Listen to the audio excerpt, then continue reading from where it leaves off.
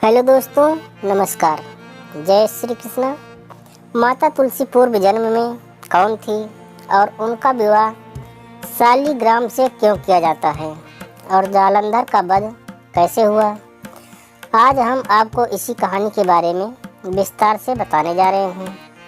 और दोस्तों, ऐसी ही ज्ञानवर्धक व पौराणिक कहानियाँ हम अपने चैनल पर लाते रहते हैं, इसलिए प्लीज़ हमारे चैनल को सब्सक्राइब अवश्य कर लें ताकि आपको हमारी सारी ज्ञानवर्धक व मनोरंजन से भरपूर सारी कहानियाँ मिलती रहें। प्राचीन काल में राक्षस कुल में एक लड़की का जन्म होता है जिसका नाम वृंदा रखा जाता है।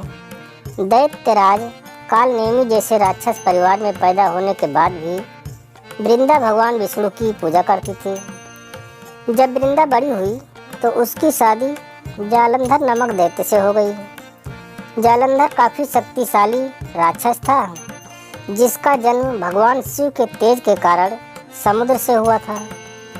बलवान होने के कारण जालंधर को दैत्यों का राजा बनाया गया। वृंदा से शादी करने के बाद जालंधर की शक्ति और पराक्रम बढ़ता ही गया। उसे किसी भी तरह से हराना मुश्किल था। जालंधर के बढ़ते अहंकार व आतंक से सभी देवता परेशान थे। जालंधर की बढ़ती ताकत के पीछे उसकी पत्नी वृंदा की विष्णु भक्ति और सतीत्व था। होते होते जालंधर अपनी शक्ति और अहंकार में चूर होकर स्वर्ग की देवियों पर काबू पाने की कोशिश करने लगा। इसी दौरान एक बार उसने माता लक्ष्मी को पाने का प्रयास किया, परंतु समुद्र से जन्म लेने के कारण माता लक्ष्मी ने उसे अपना भाई बना लिया। फिर उसकी नज़र माता पार्वती पर पड़ी और उन्हें पाने के लिए जालंधर ने माया जाल बनाया।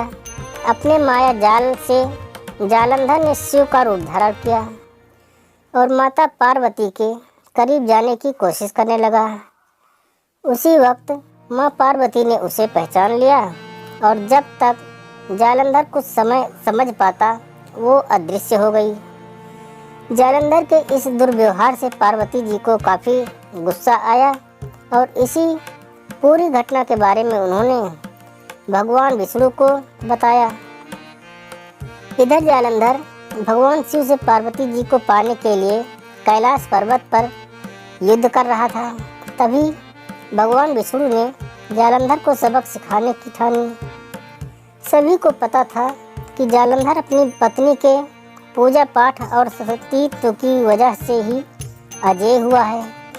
ऐसे में भगवान विष्णु ने जालंधर को हराने के लिए उसकी पत्नी का पतिव्रत धर्म भंग करने के लिए मायावी चाल चली। भगवान विष्णु एक साधु का रूप धारण करके वृंदा से वन में मिले। उनके साथ दो मायावी राक्षस भी थे जिन्हें देखते ही वृंदा डर गई। तभी भगवान विष्णु ने उन दोनों राक्षसों का वृंदा के सामने ही वध कर दिया। वृंदा ये देख समझ गई ये कोई आम आदमी नहीं है। उसी पल वृंदा ने साधु से अपने पति के बारे में पूछा। साधु बने भगवान अपनी माया शक्ति से दो बंदर प्रकट किए। दोनों बंदरों के हाथों में जालंधर का सिर व धड़ था। ये देखते ही वृंदा बेहोश हो गई। कुछ समय बाद होश आने पर वो साधु से अपने पति को दोबारा जिंदा करने की प्रार्थना करने लगी। वृंदा की विनती सुन उसके आंखों के सामने साधु ने अपनी माया से जालंधर के कटे हुए शरीर के हिस्सों को जोड़ दिया और स्वयं उस शरीर में समा गए। वृंदा को जरा सा भी अंदाजा नहीं था कि उसके साथ ऐसा छल किया गया है। जालंधर का रूप धारण किए विष्णु जी को वृंदा अपना पति समझकर रहने लगी। वृंदा के ऐसा करने से उसका सतीत्व भंग हो गया, जिसके बाद जालंधर कैलाश पर्वत पर युद्ध में हार गया। जब वृंदा को यह सच पता चला तो उसने गुस्से में विष्णु भगवान को पत्थर बनने का श्राप दे दिया। इस घटना के बाद वृंदा स्वयं सती हो गई। जिस स्थान पर वो भस्म हुई वहाँ तुलसी का पौधा प्रकट हुआ विष्णु भगवान वृंदा की पति भक्ति से प्रसन्न हुए और उन्होंने कहा, हे वृंदा, तुम्हारी पति भक्ति देखने के बाद तुम मुझे प्रिय लगने लगी हो। अब तुम सदैव मेरे साथ तुलसी के रूप में रहोगी।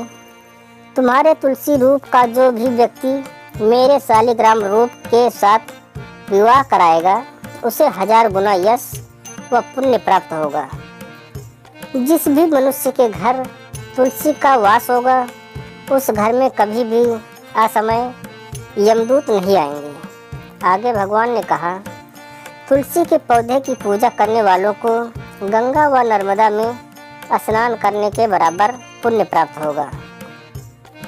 संसार में चाहे कोई भी मनुष्य कितना भी दुष्ट क्यों ना हो, कितने भी पाप क्यों ना किए हों, मृत्यु के दौरान उसके मुंह में तुलसी और गंगा जल अवश्य दिया जाएगा। इससे वो अपने पापों से मुक्त होकर वैकुंठ धाम जाएगा। इसके अलावा जो व्यक्ति तुलसी व आंवला के पेड़ की छाया में पितरों का श्राद्ध करेगा उसके पितरों को मोक्ष मिलेगा। दोस्तों, इस प्रकार से आज की कहानी यहीं पर समाप्त होती है। बहुत जल्द किसी और कहानी के साथ फिर मुलाकात होगी। तब तक के लिए नमस्कार, जय हिंद।